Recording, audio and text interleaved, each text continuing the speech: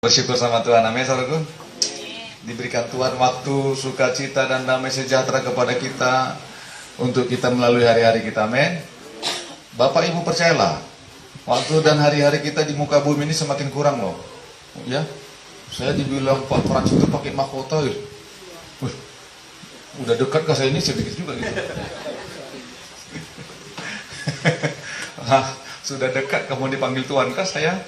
Tapi enggak, amin. Itu mahkota itu berbicara tentang pelayanan, ya, amin saudaraku. Ya, mahkota kemuliaan. Jadi kalau kita melayani Tuhan, ya, kita diberikan Tuhan kemuliaan, mahkota kemuliaan, amin saudaraku. Makanya layani aja Tuhan, tuai jiwa-jiwa, amin, amin saudaraku. Nah, kita bersyukur sama Tuhan bahwa hidup kita ini ada Bapak Ibu, semuanya karena pemeliharaan Tuhan. Percayalah, ya, saya nggak bosan-bosan mengatakan ini bahwa kita hidup, kita ada karena kasih Tuhan, karena belas kasihan Tuhan. Kita harus ingat itu. Karena begini, kita ini debu yang tidak berarti gitu lah. Tanpa Tuhan sungguh-sungguh hidup kita ini nggak ada artinya apa-apa. Betul loh Bapak Ibu, nggak ada artinya. Ya, nggak berarti hidup kita ini tinggal nunggu waktu. Kalau nggak ada tanpa Tuhan tuh ya begitu. Tinggal dimasukkan ke lubang kubur aja gitu loh. Benar nggak? Tinggal nunggu waktunya saja. Tetapi kalau kita di dalam Tuhan, wow, kita mempunyai tujuan yang jelas. Sehingga hidup kita ini berbuah bagi Tuhan, amin. Sehingga hidup kita ini ada fungsinya, ada tujuannya, ada maknanya. Amin, saudaraku. Tidak begitu-begitu saja, tidak tunggu dikubur. Tuh kata-kata kasarnya itu seperti itu. Tinggal dicelupkan ke dalam tanah. Tetapi kalau di dalam Tuhan, wow, itulah yang menjadi sukacita kita, pengharapan kita. Jadi jelas, di dalam Tuhan itu ada pengharapan yang jelas. Nanti kita belajar apa sih yang dimaksud dengan pengharapan itu. Tuh, amin saudaraku.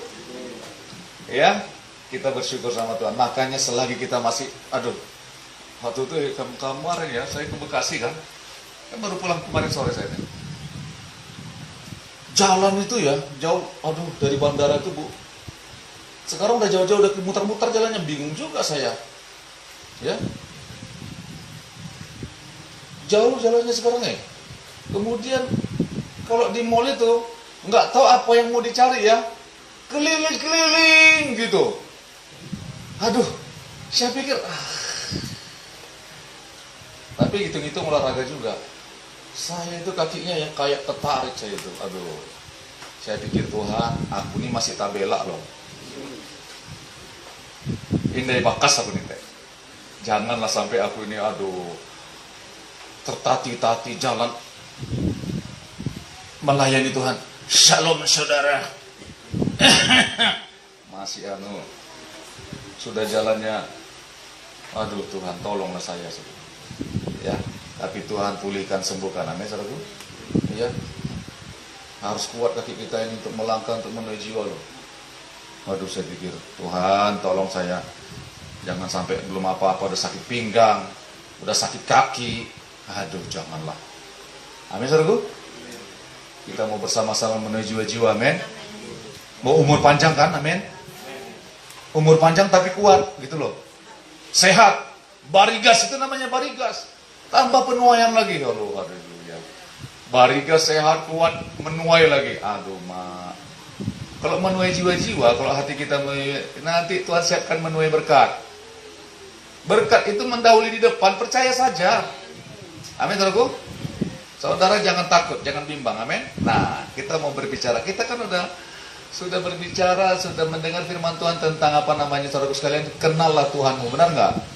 Mengenal Tuhan, menghormati Tuhan, membangun diri kita di atas dasar batu, karang yang teguh, benar nggak? Ya, kita harus menjadi orang yang bijaksana, jangan mau jadi seperti orang yang bodoh, membangun hidupnya di atas pasir, tapi kita di atas batu, amin. Yaitu firman Tuhan. Kita sudah belajar, ya. Saudara aja barangkali yang lupa firman Tuhan belakangan ini, benar nggak? Saudara kok, ya. Dengarkan firman Tuhan bahwa gini loh. Kenapa kita harus mengenal Tuhan? Supaya kita mengerti keputusan keputusan-keputusan Tuhan, isi hati Tuhan, kehendak Tuhan, rencana Tuhan, supaya kita menjadi sahabatnya Tuhan. Tahu nggak artinya menjadi sahabatnya Tuhan? Kita udah dengar firman Tuhan kemarin kan? Tuhan curahkan isi hatinya itu sama kita loh. Tuh sahabat, ya, dia nggak mau sahabat itu nggak mau supaya sahabatnya itu tersakiti, enggak, supaya sahabatnya itu rugi, enggak. Tadi saya dengar telepon dari Pak Rantau sepintas ya. Kalau sahabat tuh nggak mau bikin rugi dia, ya. Bagaimana supaya sahabatnya ini menguntungkan, supaya banyak dapat, benar nggak? Entah siapapun yang menelepon, saya nggak ngerti lah. Pokoknya kalau namanya seorang sahabat itu dia mau supaya temannya ini, sahabatnya ini tidak mengalami kesusahan, benar nggak? Benar nggak saudara sekalian? Saudara mau sahabat saudara apa namanya tengkurap gitu? Enggak dong. Kita mau sahabat kita itu mengalami seperti yang kita alami, mengalami sukacita, mengalami damai sejahtera, benar nggak? Itulah namanya seorang sahabat. Apalagi kalau Tuhan jadi sahabat kita. Isi hatinya disampaikannya sama kita. Enak. Kamu berjalan besok ke sini, ya, dikasih tahu Tuhan. Itu namanya sahabat. Amin, saudaraku? Amin. Wow. Nah, firman Tuhan bilang begini. Coba kita lihat ya. Ya, Amsal 19 ayat 21. Amsal 19 ayat 21. Sudah dapat? Kita buka hati kita untuk firman Tuhan ini. Tuhan mau menyatakan kebenarannya bagi kita. Amsal 19 ayat 21. Sudah dapat, katakan amin. Amin. Kita baca bersama-sama ya. Amsal 19 ayat 21. 1, 2, 3. Banyaklah rancangan di hati manusia, tetapi apa? Tetapi keputusan Tuhanlah yang terlaksana. Sekali lagi ya, 1, 2, 3. Banyaklah rancangan di hati manusia, tetapi keputusan Tuhanlah yang terlaksana. Yang percaya katakan amin.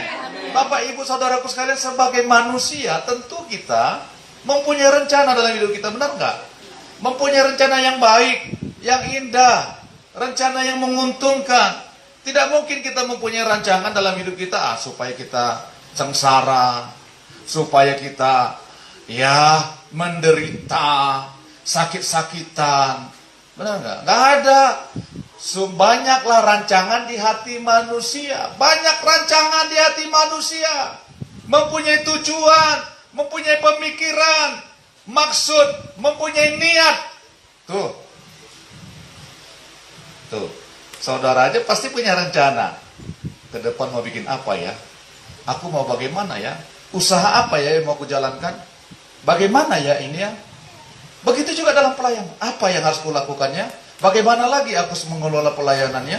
Apa yang harus kami lakukan lagi ya? Seperti apa doa kami yang harus kami lakukannya? Seperti apa kami harus menjangkau jiwa ya? Seperti apa ya? Banyak rancangan di hati manusia, benar nggak? Banyak yang baik-baiknya. Ya, nggak mungkin kita mempunyai rancangan untuk diri kita supaya kita ya terkapar. Aduh, itu aneh itu, ya. Nggak mungkin ada seperti itu. Nggak mungkin, ya. Tidak mungkin. Itu berarti udah terbalik itu. Kalau dia mempunyai rancangan yang aneh dalam hidupnya, pinginnya sakit-sakitan, tidak berdaya, ya, hidup dalam kemiskinan. Mengalir air liurnya kalau orang beli es kata Pak Gembala senior kita, ya kan? Nah, banyak rancangan di hati manusia. Nih, manusia tidak mungkin tidak punya rencana dalam hidupnya. Dia akan memenuhi segala kebutuhan hatinya, kebutuhan batinnya. Dia ingin supaya hidupnya ini sejahtera. Dia ingin supaya hidupnya ini makmur. Dia ingin supaya hidupnya ini berarti. Tuh. Manusia mempunyai rancangan yang begitu besar, mempunyai niat yang begitu besar dalam hidupnya. Ya, banyaklah rancangan di hati manusia itu, banyak. Tetapi perhatikan baik-baik, perhatikan Bapak Ibu tuh ayat berikutnya. Tetapi apa? Keputusan Tuhanlah yang terlaksana. Keputusan Tuhanlah yang terlaksana. Makanya Hiduplah dalam keputusannya Tuhan. Karena gini, setiap hari kita diperhadapkan dengan keputusan yang harus kita ambil loh saudara sekalian. Nah, keputusan yang kita ambil ini akan mempengaruhi hidup kita ke depan. Siapapun kita, keputusan kita menentukan hasil hidup kita. Tuh, sama-sama katakannya, 1, 2, 3. Keputusanku menentukan hasil hidupku. Keputusan kita saat ini ya, Bapak Ibu, menentukan bagaimana kita ke depannya nanti. Keputusan kita hari ini, keberadaan kita hari ini itu karena hasil keputusan kita yang kemarin-kemarin. Tuh. Itu karena hasil keputusan kita. Itu makanya saudaraku sekalian, orang banyak merancangkan, aku nanti mau begini, aku mau nanti begini, aku mau begitu. Andai aku jadi orang kaya. Lagu siapa itu? Ya. Tuh. Banyak angan-angan manusia. Banyak rancangan dalam hatinya. Tetapi keputusan Tuhanlah yang terlaksana. Artinya begini, keputusan Tuhanlah yang tetap berdiri, yang tetap nyata, yang tetap kokoh, yang terlaksana. Tidak ada yang lain. Itu sebabnya kita harus mengerti bahwa kita ini hidup, kita ini ada karena Tuhan sudah menetapkan kita untuk mendapatkan sesuatu yang baik. Kalau kita hidup di dalam Tuhan, tidak mungkin Tuhan merencanakan sesuatu yang jahat dalam hidup kita. Tidak mungkin Tuhan membiarkan kita, karena Dia mempunyai rancangan yang besar dalam hidup kita. Tetapi apa yang terjadi? Perhatikan baik-baik. Rancangan kita selalu hanya untuk diri kita. Kadang-kadang, bukan kadang-kadang, rancangan kita, rencana hidup kita, keputusan kita selalu berbeda dengan Tuhan. Sehingga apa yang terjadi? Nih, kita terlalu kecewa. Karena Tuhan sudah bilang, rancanganmu itu bukan rancangan aku. Lo punya rancangan, bukan rancangan gue tuh. Kalau bahasa Jakartanya ini kan baru pulang dari sana kan. Jadi enak rasanya bahasa-bahasa. Coba kita buka Yesaya 55, yuk, 55. Campur-campur aja bahasanya. Yesaya 55 ayat 8 dan 9. Apa kata firman Tuhan? Yesaya 55. Yesaya 55 ayat 8 dan 9. Sudah dapat katakan amin? Kita baca sama-sama yuk. Sudah dapat katakan amin? 1, 2, 3. Sebab rancanganku bukanlah rancanganmu, dan jalanmu bukanlah jalanku. Demikianlah firman Tuhan.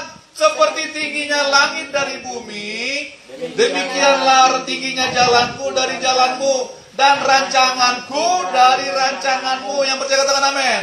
Jadi suka gak nyambung gitu loh. Loh gitu Bapak Ibu Saudara sekalian. Suka gak nyambung. Rancangan kita dengan rancangan Tuhan. Tujuan hidup kita dengan tujuannya Tuhan gak? Suka gak nyambung. Jalan itu berbicara tentang jalan. Jalan ini bahasanya gini, cara ya. Jalan itu berbicara cara atau metode kerja kita ya. Cara atau metode kerja, atau metode kerja atau prinsip hidup. Itu berbicara tentang jalan. Jalanmu, metodemu berbeda dengan metodeku, kata Tuhan. Kamu tuh maunya begini, langsung instan.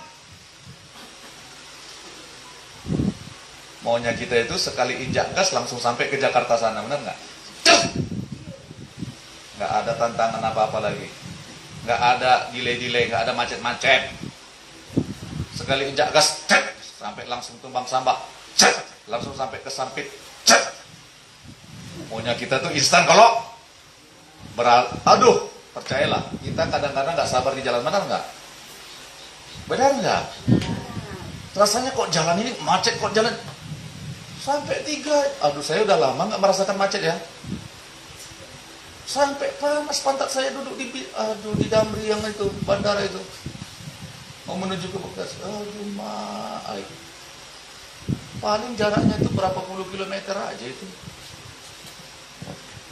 Tetapi sampai 3 jam lebih. Gimana nggak tegang urat kita, pinggang kita. Aduh, jalannya kayak keong. Tapi tahu nggak maksud saya menceritakan itu? kadangkala kita harus melalui yang namanya proses. Tidak seperti yang kita inginkan. Benar nggak? Rasanya kita mau cepat, seperti peluru, tanpa proses,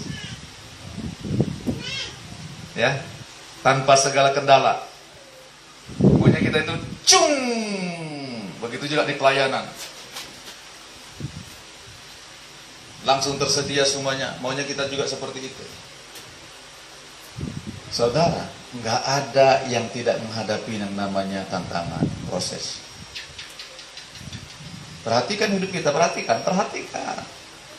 Semuanya mengalami, aduh Tuhan, sudah puluhan tahun aku melayani Tuhan, ikut Tuhan, kok masih begini-begini saja saya.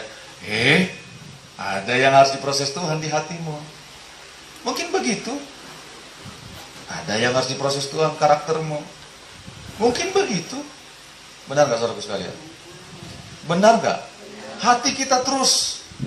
Sehingga gini loh. Sehingga setiap waktu kita harus mengambil keputusan. Mau tetap setia, mau tetap ikut Tuhan, mau tetap hidup dalam proses atau enggak.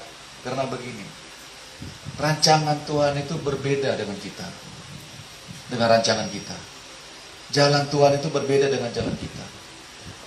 Mungkin maksud kita baik, Bapak Ibu Saudaraku sekalian, baik. Ya.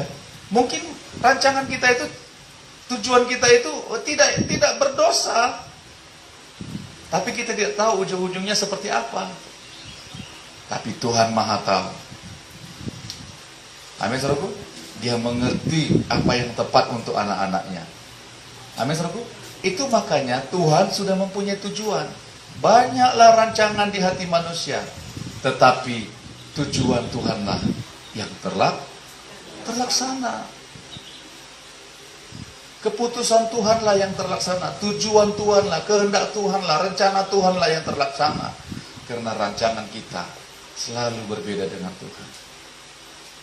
Itu makanya kita harus hidup dalam rencana Tuhan, dalam tujuannya Tuhan. Karena begini, manusia akan menjadi kecewa, bahkan menolak Tuhan bila rencana dan niat hatinya tidak sesuai dengan keputusan Tuhan. Tuh. Banyak orang akan menjadi kecewa karena Matius 11 ayat 6 mengatakan demikian. Matius 11 ayat 6 mengatakan demikian. Berbahagialah orang yang tidak kecewa dan menolak Aku, kata Tuhan. Tuh. Kenapa orang bisa kecewa? Karena ekspektasinya terhadap sesuatu itu tidak sesuai dengan apa yang diinginkannya itu. Apa yang terjadi itu tidak sesuai dengan apa yang dipikirkannya, apa yang dikehendakinya, tidak sesuai. Begitu juga kita mengharap sama Tuhan, Tuhan aku mau begini, aku mau begitu. Aku mau ini kerjaanku Tuhan. Oh Tuhan. Tetapi tidak terjawab, tidak sesuai dengan apa yang kita minta. Lewat waktunya tidak terjawab, tidak terjadi, tidak ada apa-apanya. Orang kadang-kala menjadi kecewa. Nah ini perhatikan. Akan menjadi kecewa. Kenapa? Karena tidak sinkron gini, tidak sejalan dengan apa yang Tuhan putuskan. Tidak sejalan dengan apa yang Tuhan mau. Tidak sejalan dengan apa yang Tuhan kehendaki. Akhirnya menjadi kecewa, Bapak Ibu. Pernah mengalami itu enggak? Enggak pernah ya? Saya pernah tuh, saudara hebatnya Pak. Saya pernah loh, apa yang saya doakan itu enggak dijawab, pernah. Rasa-rasanya pun sampai Tuhan, ini Tuhan. Tuh. Bukan karena Tuhan gak sayang sama kita, Tuhan tahu apa yang tepat, apa yang terbaik. Amin, saudaraku. Jangan sampai kecewa.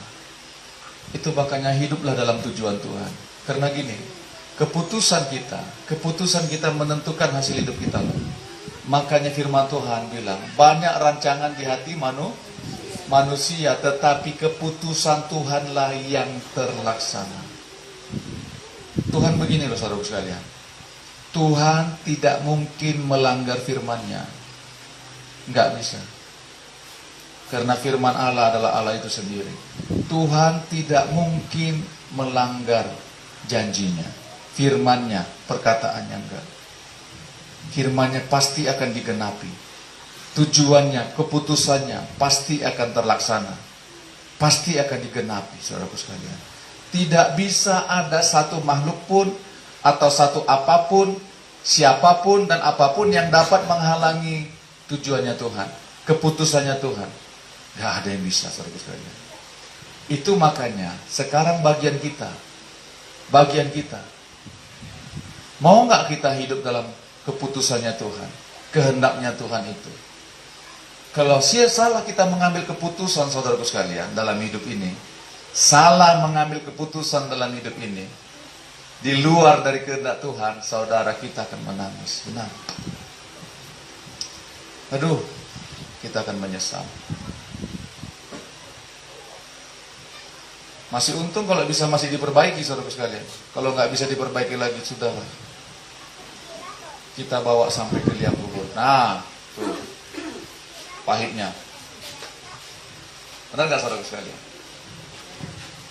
Saudara, semuanya akan diproses. Saudara pernah dengar nggak tentang kisah Sadrak, Mesak, dan Abednego? Hah? Di kitab Daniel? Pernah dengar nggak? Ya, jadi Sadrak, Mesak, dan Abednego ini, saudaraku sekalian, ya, mereka adalah pejabat di wilayah kerajaannya Nebukadnezar, teman-temannya Daniel, ya, teman-temannya Belsazar. Nah, Sadrak, Mesak, dan Abednego ini, saudaraku sekalian, nih, di wilayah kerajaan Nebukadnezar didirikanlah sebuah patung emas. Patung emas, wow, luar biasa. Sekarang kan orang nyari-nyari emas kan, ya, yang honorer tinggalinnya kerja honornya pergi menyedot emas sekarang orang. Aduh, luar biasa. Lagi menggiurkan katanya, ya. Nah, Sadrak, Mesak, dan Abednego ini, saudaraku sekalian, hidup pada zaman Nebukadnezar di wilayah kekuasaannya Raja Nebukadnezar. Nanti baca Daniel 3, saudaraku sekalian. Raja mendirikan patung yang dari emas itu, saudaraku sekalian. Dan setiap orang, semua orang yang ada di wilayah kekuasaannya harus sujud menyembah kepada patung itu. Ketika trompet dibunyikan, semua orang harus berlutut, harus sujud menyembah kepada patung itu. Patung itu tinggi. Semuanya harus bersujud. Kalau tidak bersujud, tidak menyembah kepada patung Nebukadnezar itu, dia akan dicampakkan ke dalam dapur perapian, tungku api, dimasukkan ke dalam dapur api. Tuh, bukan jadi ikan panggang, tetapi menjadi ikan gosong. Ya, saudara, waktu trompet dibunyikan, Sadrak, Mesak, dan Abednego ada di situ. Waktu trompet dibunyikan, mereka tetap berdiri. Mereka tidak menyembah kepada patung itu, saudaraku sekalian. Patung emas itu. Mereka tetap menyembah kepada Tuhan. Hatinya tetap takut akan Tuhan. Lalu Nebukadnezar panggil mereka. Itu siapa tuh? Uluh teluk teh. Berani benar tak? Berani benar ikam teh. Ikam teh lagi. Bahasa Dayak sama bahasa Banjar campur. Ya. Di panggilan Sadrak, Mesak, dan Abednego dipanggil. Kenapa kamu tidak menyembah patungku? Ya Tuanku Raja, nih perhatikan jawabannya. Yang kami sembah hanyalah Allah semesta alam. Kira-kira begitulah bahasanya, kira-kira seperti itu. Kalau dibahasakan dalam bahasa saya, bahasa saat ini. Ya. Kalaupun Tuhan kami, kalaupun Allah tidak menyelamatkan kami dari tanganmu ya Raja, kami rela dimasukkan ke dalam dapur api itu. Kalaupun Tuhan gak selamatkan kami, Kalaupun Tuhan tidak bebaskan kami dari tangan-Mu itu, kami akan tetap menyembah Tuhan, Allah semesta alam. Tuh. Mengalami tantangan yang berat, mana yang harus kuputuskan? Keputusan apa yang aku ambil nih? Maut sedang ada di depan mata. Kematian sedang ada di depan mata. Apakah aku mengikutnya supaya aku lolos untuk sementara waktu? Nanti minta ampun saja. Tuhan kan maha pengampun gitu loh. Maha pengasih, maha penyayang. Nanti kalau aku lakukan dosa sebentar saja, kok sujud aja sebentar, kok apa salahnya sih?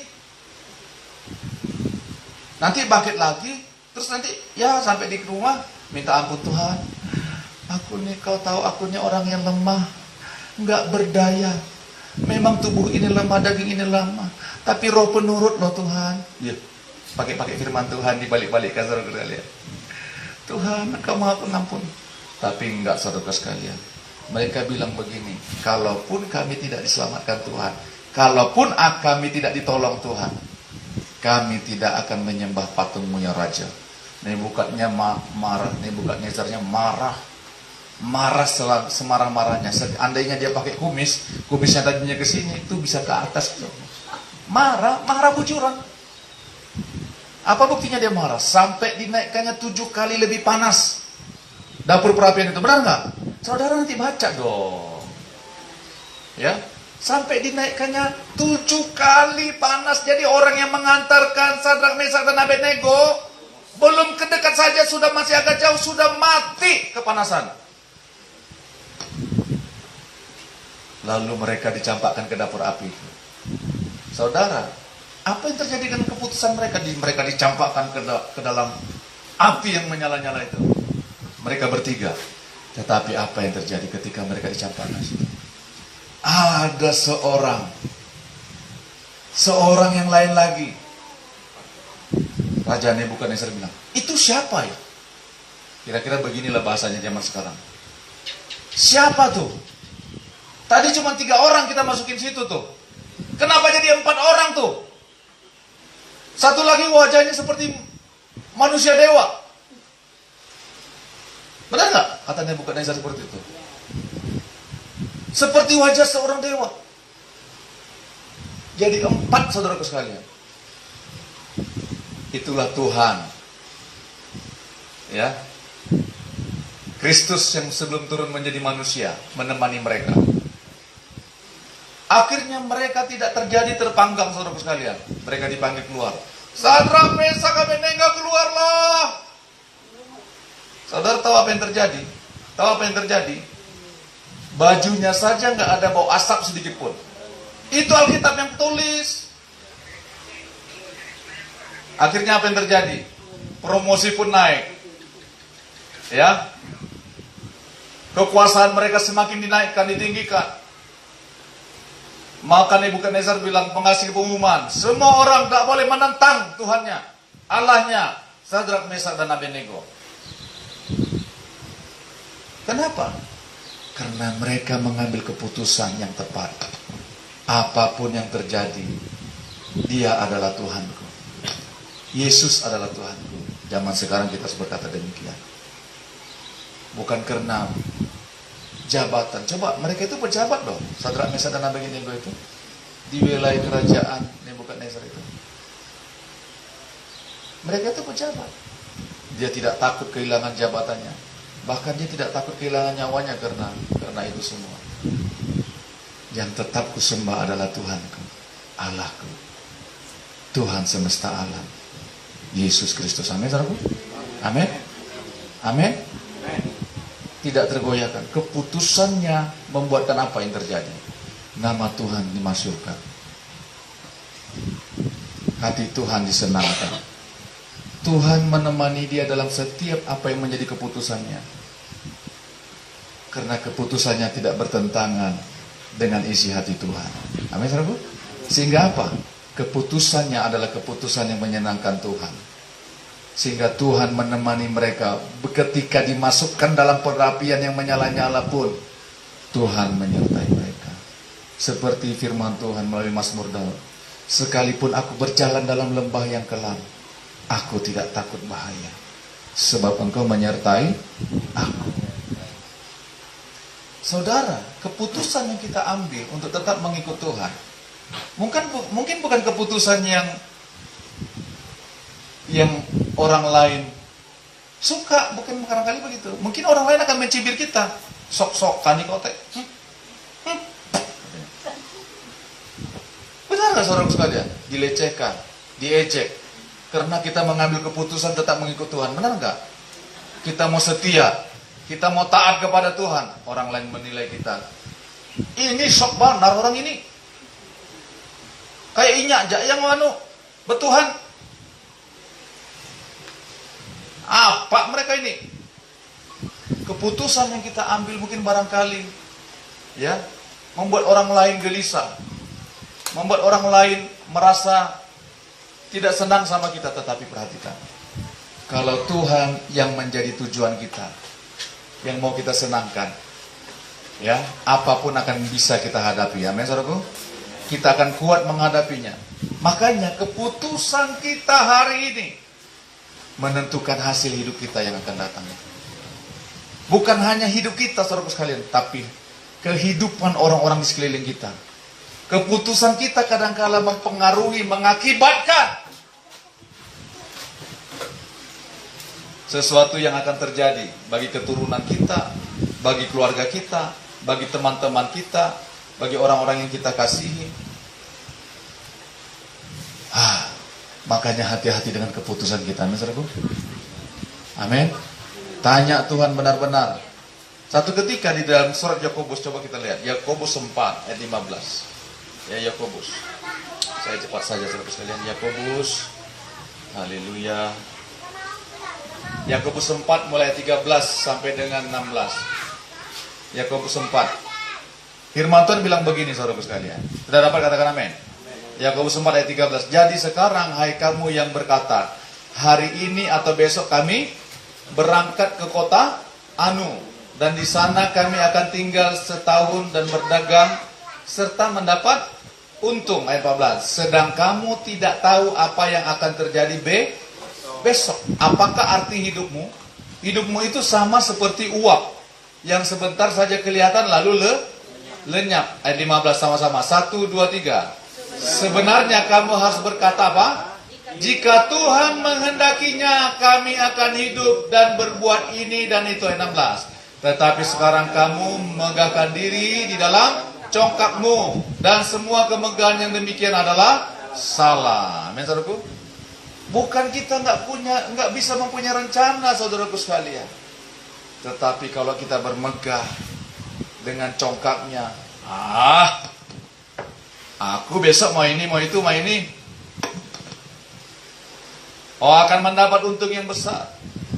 Padahal kita firman Tuhan bilang, sedang kamu tidak tahu apa yang akan terjadi besok. Apa arti hidupmu? Hidupmu itu sama seperti uap yang sebentar saja kelihatan lalu lenyap. Sebenarnya, ini perhatikan kata kuncinya. Sebenarnya kamu harus berkata, jika Tuhan menghendakinya, kami akan hidup berbuat ini dan itu. Artinya begini, biarlah hidup kita sesuai dengan rencana Tuhan. Biarlah hidup kita ini, tujuan kita itu sesuai dengan tujuan Tuhan. Amin, saudaraku. Amin. Karena Tuhan udah bilang rancanganmu itu bukan rancanganku, jalanmu itu bukan jalanku. Nggak sinkron, nggak sama, saudaraku sekalian. Bagaimana menyatukannya? Kitalah yang harus melekat kepada Tuhan. Karena begini, Tuhan sudah mempunyai rancangan yang indah dalam hidup kita. Rancangan damai sejahtera yang memberikan kita masa depan yang penuh pengharapan. Yeremia 29 ayat 11 mengatakan demikian, saudaraku sekalian. Sebab aku ini mempunyai rancangan yang indah atas kamu. Yaitu rancangan apa? Damai sejahtera. Untuk memberikan kepada kamu masa depan yang penuh pengharapan. Tahu nggak saudara artinya damai sejahtera? Berkecukupan. Terpenuhi semuanya. Saudara jangan bilang uang memenuhi semuanya, saudara. Jangan. Saudara, Uang itu nggak bisa memberikan damai sejahtera. Percaya saja saudaraku sekalian. Saudara membeli kasur yang harganya 1 miliar, tapi kalau nggak tidurnya nggak nyaman, nggak bisa tidur, nggak ada gunanya. Saudara mau beli bantal yang dari bulu angsa ya, mahalnya minta ampun. Tetapi kalau tidurnya gelisah, balik kiri balik kanan, ya, nggak bisa tidur, harus cari obat tidur. Yang merek apa tuh obat tidur? Apa mereknya? Lelap. Benar nggak? Ada merek lelap. Tuh, nggak bisa tidur, nggak ada gunanya. Karena saya tahu mereknya. Waktu itu ada orang mau beli, saya pas mau beli obat di apotek, Mbak beli obat tidur katanya. Yang ada cuma lelap, Pak. Jadi saya tahu mereknya. Oh Bapak, susah ada batiru. Mau beli, mau apapun kalau nggak dalam Tuhan, nggak ada damai sejahtera. Aduh, saudaraku sekalian, saudara susah ngoroknya, percaya. Saya aja sampai mau hilangin, Tuhan tolonglah supaya nggak ngorok-ngorok gini lah. Terganggu orang sekeliling saya. Saking nyenyaknya tidur. Tuh. Rancanganku adalah rancangan damai sejahtera, kata Tuhan. Memberikan kepadamu masa depan yang penuh harapan. Saudara tahu nggak harapan ini? Saya belajar gini loh. Bahasa aslinya itu ternyata berbicara tentang tali atau benang yang terikat, yang menghubungkan kita kepada ke depan. Itu artinya pengharapan. Itu bahasanya, bahasanya. Terikat menghubungkan ke depan. Tali yang mengikat dan menghubungkan kita ke depan. Rupanya begitu. Itu namanya pengharapan tuh. Harapan tuh begitu artinya. Terhubung dengan yang di depan sana. Siapa pengharapan kita? Sama siapa kita mau terhubung? Sama siapa? Tuhan ye? Kita harus terikat sama Dia, saudaraku sekalian. Kayak tali yang diikatkan sama kita, terikat sama Dia gitu. Ternyata pengharapan tuh, Tuhan, aku berharap, aku pengharapan, aku bukan begitu, saudaraku sekalian. Pengharapan tuh rupanya terikat. Saudara pernah nggak ngikat sesuatu? Ini kasarnya aja ya. Kalau kita punya anjing ya, kita ikat nggak lehernya?